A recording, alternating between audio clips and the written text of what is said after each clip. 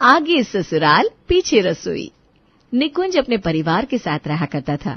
उसके परिवार में उसकी पत्नी शांति, बड़ा बेटा उत्तम, छोटा बेटा करण, बड़ी बहू रानी और छोटी बहू ऋचा थी। हे भगवान, समझ में नहीं आता, क्या करूं कैसे करूं। इनसे कुछ कहूं तो बहस शुरू हो जाती है और फिर उस बहस का कोई अंत ही नहीं। क्या बात है शांति, क्यों बड़बड़ा रही हो भाई? हाँ, मेरा बोलना तो आपको बड़बड़ाना ही लगेगा। कोई बात है या बस यूं ही लड़ने का मन हो रहा है तुम्हारा? बात है, और बात यह है कि कमरा देखो कितना छोटा है। कुछ समझ में नहीं आता कहाँ रखूं क्या रखूं। एक चीज रखती हूं तो ऐसे खो जाती है कि फिर कभी मिलती नहीं। बस इतनी सी बात? ये इतनी सी बात है? ये इतनी सी बात है? हे भगवान, इतने समय से मैं ये बात कह रही हूं और आपको पता भी है कि दिक्कत है, लेकिन फिर भी आप पूछ रहे हो इतनी सी बात है। ओहो शांत गदाधारी भीम शांत। इतनी सी बात मैंने इसलिए कहा क्योंकि ये समस्या दूर होने वाली है। कैसे? ऐसे कि मैंने नया घर ले लिया है, वो भी बड़ा वाला, जिसमें 4 बड़े बड़े कमरे हैं और बीच में एक बेहतरीन और बहुत बड़ा हॉल। ये बात वहां से गुजरती हुई उनकी बहुओं रानी और ऋचा ने सुन ली। वो दोनों चौंक गई। पापा जी, आप मजाक कर रहे हैं या सच बोल रहे हैं? सच बोल रहा हूँ रानी बेटा। ये तो बहुत अच्छी खबर है, लेकिन अभी तक आपने हमें बताया क्यों नहीं था? क्योंकि हम लोग तुम लेडीज को सरप्राइज देना चाहते थे कल। हाँ, पर पापा ने आज ही बता दिया। तुम्हारी मम्मी बड़बड़ा रही थी तो मुझे बताना पड़ा। अब नहीं बड़बड़ाऊंगी। नए घर की बात सुनकर घर में खुशी का माहौल था। अब सब लोग बस अगले दिन का इंतजार कर रहे थे, क्योंकि अगले दिन उनको नए घर में गृह प्रवेश करना था। अगले दिन पूरे परिवार ने बड़े ही धूमधाम से नए घर की तैयारी की। पूजा का सामान, मिठाइयां, फूल और बच्चों के उछल कूद, सब कुछ देखने लायक था। जैसे ही वो लोग नए घर के सामने पहुंचे, शांति, रानी, ऋचा और बच्चे पहली बार वो घर देख रहे थे। हे राम, ये घर है या कोई महल? हे भगवान, इतना बड़ा घर तो मैंने सपने में भी नहीं सोचा था। दीदी, लगता है जैसे किसी टीवी सीरियल में आ गए हो। घर वाकई कमाल था। 4 बड़े बड़े कमरे। पहला कमरा बिल्कुल सड़क की साइड, उसके पीछे दूसरा, फिर तीसरा और चौथा, और इन सब से आगे एक बड़ा हॉल, जैसे किसी शादी ब्याह का पंडाल। पापा, मैं इस हॉल में रोज डांस करूंगी और मैं यहाँ क्रिकेट खेलूंगा। गृह प्रवेश की पूजा हुई। पंडित जी ने मंत्र पढ़े, सबने मिलकर आरती की। एक बात बोलूं, अब तक की जिंदगी जैसे किसी डिब्बे में काटी थी, अब असली जिंदगी शुरू होगी। और मम्मी, अब आप बड़बड़ाना बंद कर देना, आपके लिए भी एक अलग कमरा है। और मम्मी जी, अब सामान भी खोएगा नहीं, पूरा स्टेडियम जितना घर है। पापा जी, एक बात पूछूं, रसोई कहाँ है? बेटा, अब इस घर में रसोई हम खुद चुनेंगे, जो चाहो उसे बना लो किचन। मेरा तो मानना है सबसे आगे वाला जो कमरा है ना, वही किचन बने, बाकी 3 में हम लोग रहेंगे। हाँ, सही कहा, आगे ससुराल पीछे रसोई। सबने इस पर सहमति दी और पहले कमरे को किचन बनाने की तैयारी शुरू हुई। ये कमरा तो इतना बड़ा है, इसमें 3 किचन समा जाएंगे। सही में, यहाँ तो डबल फ्रिज, 2 माइक्रोवेव और 4 स्टव आ सकते हैं। चलो अब नए किचन में कुछ मीठा बनाओ और सबके लिए चाय भी। मम्मी जी, आज आपके लिए हम मिलकर किचन की पहली खीर बनाएंगे। रानी और ऋचा ने मिलकर खीर और अदरक वाली मसालेदार चाय बनाई। वाह, आज तो जैसे होटल में खाना मिल रहा है। मम्मी, खीर इतनी टेस्टी है, मैं रोज यही खाऊंगी। सब कुछ ठीक चल रहा था, लेकिन अगले दिन जब रानी किचन में चाय और पकौड़े बना रही थी, तभी अजीब सी बात हुई। अरे ओ नए पड़ोसी, पकौड़े बन रहे हैं, हमें भी बुला लो। हाँ भैया, आइए, गरम पकौड़े तैयार है। वो पड़ोसी फटाफट अंदर आ गया। तभी एक और पड़ोसन उधर से गुजर रही थी। ओहो, इन्हें बुला लिया और हमें नहीं, हम भी तुम्हारे पड़ोसी हैं। जी दीदी, आइए ना, आप भी बैठिए। रानी ने पकौड़े और चाय दोनों को बांट दिए। जब शांति और निकुंज ने ये देखा तो हैरान रह गए। रानी, ये कौन लोग हैं जो पकौड़े उड़ाते जा रहे हैं? मम्मी जी, वो झांक रहे थे और कह रहे थे हम भी खाएंगे, तो मैं मना नहीं कर पाई। हाँ, हम आपके पड़ोसी हैं, नए पड़ोसियों से मेलजोल तो ऐसे ही बनता है। वैसे पकौड़े बहुत मजेदार बने हैं। वाह वाह, क्या बात है, पर चलो कोई बात नहीं। पड़ोसी और पड़ोसन को पकौड़े खिलाकर जैसे घर से विदा किया गया, शांति का चेहरा बदल गया। मुस्कान की जगह नाराजगी थी और जुबान जैसे फुल स्पीड में गियर डाल चुकी थी। वाह रे मेरी बहुओं, क्या कमाल कर दिया तुम दोनों ने। अरे पागल रानी और बेवकूफ ऋचा, ये मोहल्ले भर की कैंटीन खोल रखी है क्या?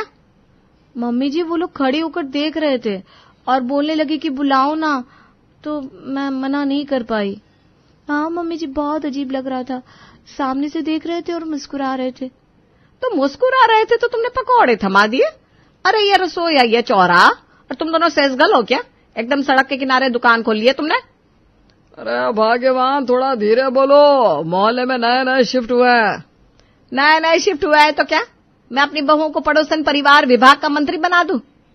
सड़क से देख रहा है कोई तो उसे अंदर बुला लो। अरे क्यों नहीं बोल देती कि हमने तो नहीं बुलाया, खुद ही गुस्से चले आए।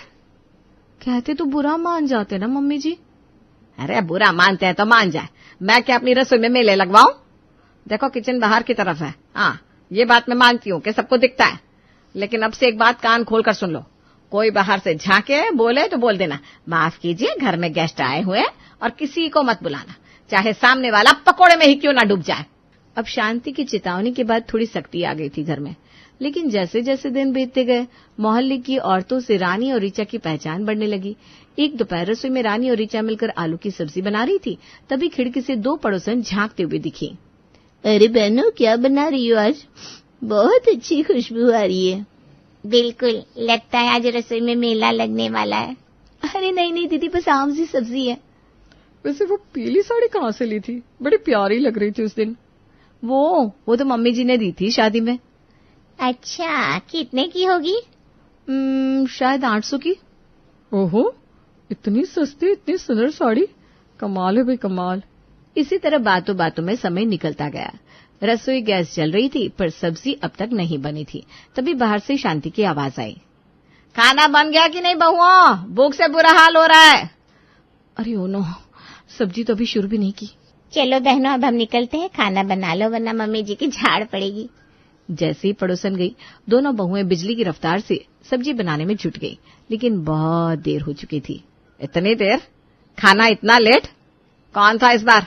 किससे गप्पे लड़ा रही थी दोनों? मम्मी जी वो पड़ोसन आई थी, बातें करने लग गई। बातें? खाना बनेगा या गपशप चलेगी किचन में? तुम तो एकदम CID बन गई हो। अरे तो और क्या करूं, बहुएं रसोई में रसोईया नहीं रेडियो बन गई हैं, बस पूरा टाइम बक बक बक बक। तभी उत्तम और करण भी आ गए और बातों का पिटारा खुल गया। रानी, तुम घर संभाल रही हो या महिला मंडल की मीटिंग? ऋचा, अगली बार से खाना टाइम पर चाहिए, घर चलाना खेल नहीं है। हमें लगा बस थोड़ा घुल मिल जाए, हमारे इरादे गलत नहीं थे। इरादे मैं जानती हूँ बहुओं, पर तरीका सही रखो। दिन गुजरते गए, थोड़ी सख्ती के बाद चीजें थोड़ी बेहतर हुई, लेकिन एक दिन फिर भूचाल आ गया। दोपहर का समय, रानी और ऋचा फिर रसोई में जुटी थी। तभी बाहर से कचरे वाला ट्रक आया। ए भगवान, ये बदबू कहाँ से आ रही है? किचन में तो ऐसा लग रहा है जैसे टॉयलेट खुला हो। मुझे उल्टी आ रही है, क्या बवाल है? दोनों बाहर जाकर देखती हैं तो कचरे वाला ट्रक खड़ा था। भैया जरा आगे बढ़ा लीजिए ना ट्रक, बुरी बदबू आ रही है। बिना कचरा उठाए नहीं जाऊंगा मैडम। तो हमारी रसोई का दम घोट दोगी क्या? काम कर रहा हूं मैं, मजाक नहीं, आप अपना काम करो। 15 मिनट तक ट्रक वहीं खड़ा रहा और बहुएं रसोई से दूर रही। खाना दोबारा लेट हो गया। ओहो, अब कचरे वाले भी हमारे किचन में बैठ गए। इन्हें भी बिठा दिया क्या? ये रसोई तो सीधे सड़क पर है, हर कोई घूरता है, बदबू आती है, क्या मुसीबत है? लगता है इस किचन का जादू उल्टा पड़ गया। जादू नहीं, ये जंजाल बन गया है। किचन की लोकेशन ने घर के शांतिपूर्ण माहौल को फिर से डिस्टर्ब कर दिया था। फिर अगले दिन सुबह सुबह सब लोग अपने अपने काम में लगे थे। तभी करण की आवाज आई, वो वाली सब्जी देना जरा, बड़ी स्वाद लगी थी। हाँ, मुझे भी बहुत पसंद आई थी, मुझे भी थोड़ा दे देना। रानी मुस्कुराते हुए उठी और किचन से बची हुई सब्जी निकालकर दोनों को दे आई। ये लीजिए मम्मी जी और देवर जी, मजे करिए। अरे चल, ज्यादा बात ना बना। हंसी खुशी का माहौल था, लेकिन शांति ने सब्जी का पहला निवाला मुंह में डाला कि उसका चेहरा बिगड़ गया। उसने थाली दूर फेंक दी और चिल्लाई, हे राम, करण मत खाना, सड़ चुकी है ये क्या खिला दिया रानी? अरे क्या हो गया सब्जी को, कल ही तो बनी थी। रानी तुम लोग पागल हो क्या? ये सड़ी गली चीजें खिला रहे हो? कल दोपहर में बनाई थी, फिर इतनी जल्दी खराब कैसे हो गई? लाइए मैं खाकर देखती हूँ। रानी ने जैसी सब्जी चखी तो फौरन थूक दी। छी छी, छी छी मत कर, यह बता हुआ क्या है? मम्मी जी, किचन एकदम बाहर की तरफ है ना, वहां सीधी धूप आती है और बहुत गर्मी हो जाती है, शायद इसलिए। इस किचन की तो लंका लग गई है, हर दिन नई परेशानी। तुम लोग फालतू की बातें करती हो, रुको मुझे देखने दो। शांति गुस्से में किचन की तरफ गई और वहां की हालत देखकर भौचक्की रह गई। सचमुच वहां बहुत तेज धूप और गर्मी थी। यहाँ तो सचमुच बहुत धूप और गर्मी है। मम्मी जी, मैंने तो यही कहा था, पर आपको यकीन नहीं तो क्या करें हम? अरे चुप रहो। सुनो, अब से कोई भी सब्जी बाहर मत रखना, जो भी बच जाए सीधे फ्रिज में रखना। रानी और रीचा ने सिर हिलाते हुए हाँ कहा, लेकिन अगले दिन फ्रिज में रखी सब्जी भी खराब निकली। ओ तेरे की, अब तो फ्रिज में भी खराब हो रही है सब्जी, ऐसा कैसे? मम्मी जी, फ्रिज के ऊपर धूप सीधी पड़ती है ना। एक बात बताओ, दोपहर में यहाँ काम करना भी बहुत मुश्किल हो जाता है। शांति गंभीर हो गई, वो रानी की तरफ मुड़ी। सच में इतनी परेशानी होती है? हाँ मम्मी जी, अब आपको समझ में आ ही गया होगा, इतनी गर्मी में तो दम घुटता है।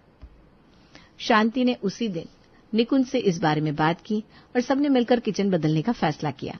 काफी विचार विमर्श के बाद तय हुआ कि शांति और निकुंज वाला आखिरी कमरा अब किचन बनेगा और रानी और रीचा को उनका कमरा दे दिया जाएगा। लेकिन हम लोग इतनी गर्मी में कैसे रहेंगे? अरे खिड़की बंद करवा देंगे और एसी लगवा देंगे। हाँ, ये सही रहेगा। कमरे का बदलाव हुआ, नया किचन आखिरी कमरे में शिफ्ट हुआ और पुरानी किचन की खिड़की बंद करके उसमें एसी लगवा दिया गया। अब रानी और रीचा बहुत खुश थी क्योंकि नया किचन ठंडा और आरामदायक था। वाह, अब तो मजा आ गया। खाना बनाना भी जैसे पिकनिक लगती है। हाँ दीदी, अब तो पूरा दिन यहीं बैठ जाऊं। लेकिन उसी शाम को जब प्रिया और प्रेम का पढ़ाई का समय हुआ तो दोनों घर में कहीं दिखाई नहीं दिए। पूरा घर सर पर उठा लिया गया, पर बच्चे गायब। प्रिया, कहाँ हो तुम? प्रेम, कहाँ चले गए ये दोनों? बाहर देख लो, शायद खेल रहे हो। बाहर भी देखा गया, लेकिन बाहर भी कोई नहीं। हे भगवान, कहाँ गए ये लोग? तभी रीचा किचन में पहुंची तो दोनों बच्चे वहां चुपचाप छुपे हुए थे। अरे ये दोनों यहाँ हैं।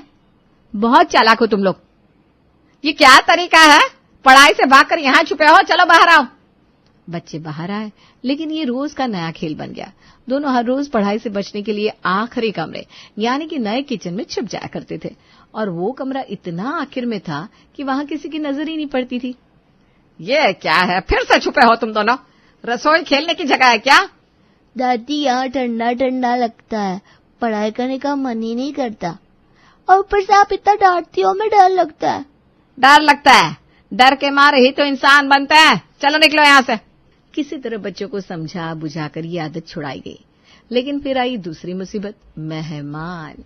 एक दिन रीचा की सहेली आई। अरे नेहा, चलो ना, तुम्हें अपना नया किचन दिखाती हूँ, एकदम आलीशान है।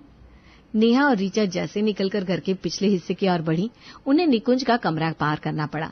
अचानक ही कमरे का दरवाजा आधा खुला था और अंदर निकुंज कपड़े बदल रहा था। अरे बहू, कम से कम बता तो देती कोई आया है, ये क्या तरीका है? सॉरी पापा जी, मुझे लगा आप। Sorry bye. नेहा असहज हो गई, उसका चेहरा लाल पड़ गया। दोनों जैसे तैसे आगे बढ़ी, तभी दूसरे कमरे से उत्तम निकलते हुए दिखा, सिर्फ लुंगी में। अरे कौन है बहन जी आप लोग? अरे रीचा, तुम क्या करती हो? सॉरी, वो मैं। रीचा, मुझे जाना है, बाद में बात करते हैं। शांति ने ये सब देखा और माथा पीट लिया। हे भगवान, अब रसोई देखने के चक्कर में घर का परेड निकलवा दोगी क्या? मैं तो बस अपनी सहेली को किचन दिखाने लाई थी। बहू, अगली बार अगर कोई आए तो सबको बता देना, और किसी को रसोई दिखाने की कोई जरूरत नहीं है, समझी? सॉरी मम्मी जी। रीचा ने सॉरी तो बोला, लेकिन फिर भी ऐसा एक दो बार और हुआ। कभी कोई दोस्त आया, कभी कोई रिश्तेदार, और हर बार किसी न किसी के कमरे से गुजरना पड़ा। फिर आई तीसरी और सबसे बड़ी समस्या, दूरी। एक दिन सब लोग टेबल पर बैठे थे, खाना गर्मा गर्म परोसा गया, तभी अरे रीचा, जरा नमक तो लाना। रीचा उठी, दौड़ते हुए किचन की ओर चल दी, पर पूरा घर पार करने में 2 मिनट लगे।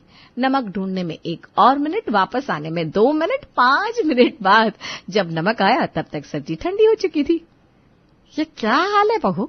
है, एक नमक लाने में 5 मिनट? इतनी देर में तो अमेरिका से नमक मंगवा लेती।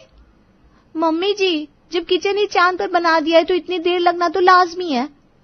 शांति भुनभुनाते हुए बैठ गई। लेकिन अगला दिन और भी मजेदार था। उत्तम आइसक्रीम लेकर आया। सब खुश। अरे कोई चम्मच लाओ जरा, वरना ये हाथ से ही खानी पड़ेगी। अभी लाती हूँ। रानी उठी। फिर वही 5 मिनट का सफर, फिर ढूंढना, और इस बार प्रिया ने एक और काम लगा दिया। मेरे लिए पानी लेते आना मम्मी। जब तक चम्मच आया तब तक आइसक्रीम पिघल चुकी थी। ये तो दूध बन गया, समझ में नहीं आ रहा मैं आइसक्रीम लाया था या दही। अगली बार किचन से कुछ मंगवाना हो तो 1-2 दिन पहले बोल दीजिएगा भैया। अब माहौल गर्म हो गया। सब गुस्से में थे क्योंकि किचन की दिक्कतें खत्म ही नहीं हो रही थी। अब ये तो हद हो गई, एक तरफ मेहमान आते हैं, दूसरी तरफ सब्जी ठंडी होती है, क्या करे भाई। मेरा तो कहना है कि किचन को फिर से आगे ले आओ, सब ठीक हो जाएगा। हाँ शायद वही सही है। अरे पर वहां गर्मी बहुत होती है और लोग आते जाते झांकते हैं, फिर वही तमाशा, और फिर गंदी बदबू। तौबा तौबा, भगवान बचाए उससे। तो सब अपनी अपनी बातें रख रहे थे, बहस गरमा रही थी। तभी निकुंज ने हाथ उठाया। सुनो सब लोग, मुझे लगता है किचन को फिर से आगे ले जाने का कोई फायदा नहीं है। वहां बदबू, गर्मी और झांकने वाले तीनों का अड्डा है। अरे तो फिर करे क्या? समाधान है, किचन वहीं रहे, लेकिन उसके बाहर ही डाइनिंग टेबल लगा देते हैं। सबको पास में खाना मिल जाएगा और बार बार दौड़ने की जरूरत नहीं पड़ेगी। वाह क्या बात है, खाना भी गर्म मिलेगा और कोई बदबू या झांकने वालों की दिक्कत भी नहीं। बिल्कुल सही, यही परफेक्ट है। और हाँ, कोई मेहमान आए तो उन्हें रसोई में ले जाने की जरूरत नहीं है, समझी पहुओ? समझ गए। सब खुश हो गए। अगले दिन से ही डाइनिंग टेबल किचन के बाहर लगाया गया। अब छोटे छोटे कामों के लिए बीच में किसी को उठना नहीं पड़ता था और ना ही 5 मिनट का सफर तय करना पड़ता था। घर में शांति लौट आई।